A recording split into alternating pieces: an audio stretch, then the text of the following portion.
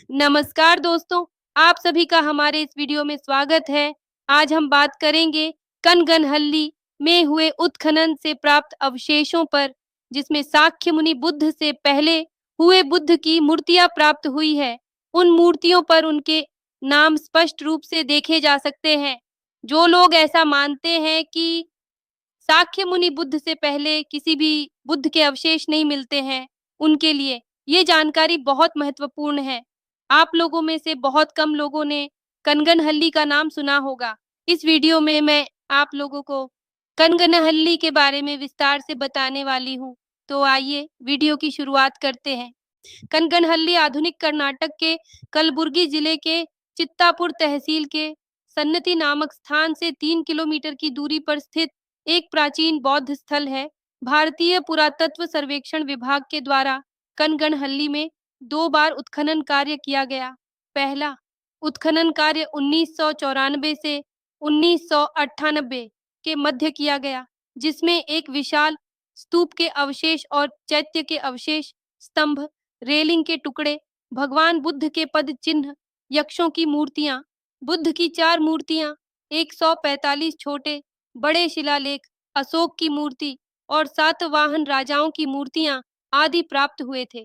भारतीय पुरातत्व सर्वेक्षण विभाग के द्वारा दूसरा उत्खनन कार्य 2000 से 2002 के दौरान किया गया था, जिसमें कुछ खंडहर, एक मठ का हिस्सा, सातवाहन राजाओं के सिक्के तथा सम्राट अशोक की एक पत्थर की मूर्ति भी प्राप्त हुई थी।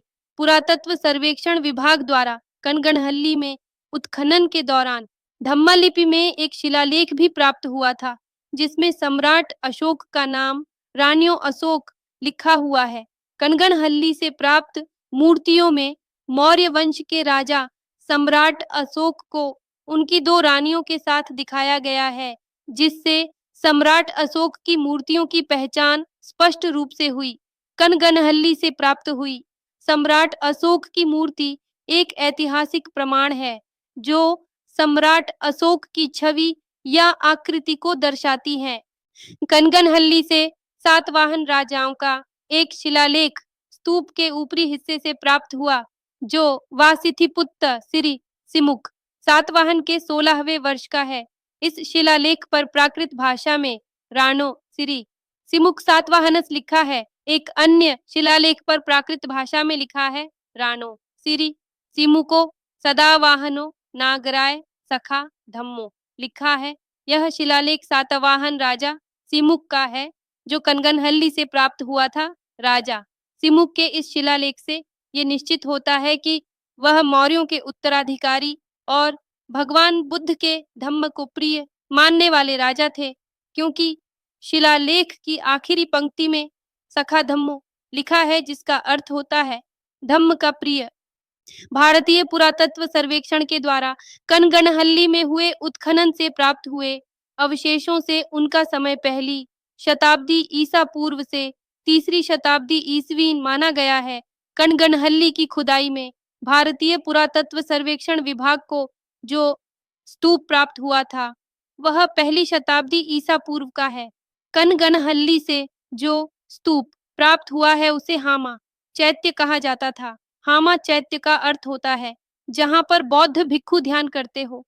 कनगनहल्ली की खुदाई में रेलिंग, खंबे, मूर्तियां और जस्ते के 60 सिक्के प्राप्त हुए थे, जिन पर सातवाहन राजाओं के नाम, दानदाताओं के नाम, व्यापारियों के नाम और बौद्ध भिक्षुओं के नाम अंकित हैं।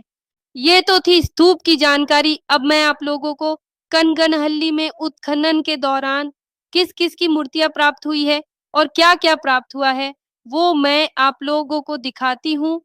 यह कनगनहल्ली का स्तूप है, ये बहुत बड़ा है और जब आप वहाँ जाएँगे तो इसका अंदाज़ा आप खुद लगा सकते हैं। ये 2 मूर्तियाँ आप लोग देख रहे, ये 2 मूर्तियाँ कनगनहल्ली से प्राप्त हुई है। ये मूर्तियाँ शाक्य मुनि बुद्ध के पहले हुए बुद्ध की है, एक मूर्ति कश्यप बुद्ध की है और दूसरी मूर्ति कोनागमन बुद्ध की है। मूर्ति के नीचे इनके नाम प्राकृत भाषा में लिखे हैं। यह मूर्ति सम्राट अशोक की है। दूसरी मूर्ति में सम्राट अशोक बैठे हुए हैं। इस मूर्ति में सम्राट अशोक अपने दोनों रानियों के साथ यहाँ पे खड़े हुए हैं। यह भी मूर्ति सम्राट अशोक की है। ये जो मूर्ति आपको दिखाई दे रही है, ये किसी नागराजा की मूर्ति है। इनके सिर पर 5 फन वाला सर्प दिखाई दे रहा है। ये है साक्य मुनि बुद्ध के पद चिन्ह, और पद चिन्हों को आप ध्यान से देखें तो उन पे स्वास्तिक चिन्ह है। इससे यह पता चलता है कि स्वास्तिक बौद्ध परंपरा में प्रयोग की जाती थी। इस तरह बहुत सारे अवशेष हैं जो आप देख सकते हैं। और ये जो सभी अवशेष आप देख रहे हैं, ये सब के सब कनगनहल्ली के हैं। कनगनहल्ली का स्तूप सातवाहन राजा सिमुक ने बनवाया था। ये उन्हीं के शासनकाल में बना था। सातवाहन राजा सिमुक ने साक्य मुनि बुद्ध के अलावा कसप बुद्ध और कोनागमन बुद्ध और सम्राट अशोक की मूर्तियां बनवाई है, और ये मूर्तियां आज भी उपलब्ध है। इन मूर्तियों के नीचे नाम भी लिखवाए हैं। तो दोस्तों, आप लोगों को पता चल गया होगा। साक्य मुनि बुद्ध के पहले के प्रमाण, इस तरह के बहुत सारे प्रमाण हैं। अगर वीडियो अच्छी लगी हो तो लाइक और शेयर ज़रूर करें। धन्यवाद।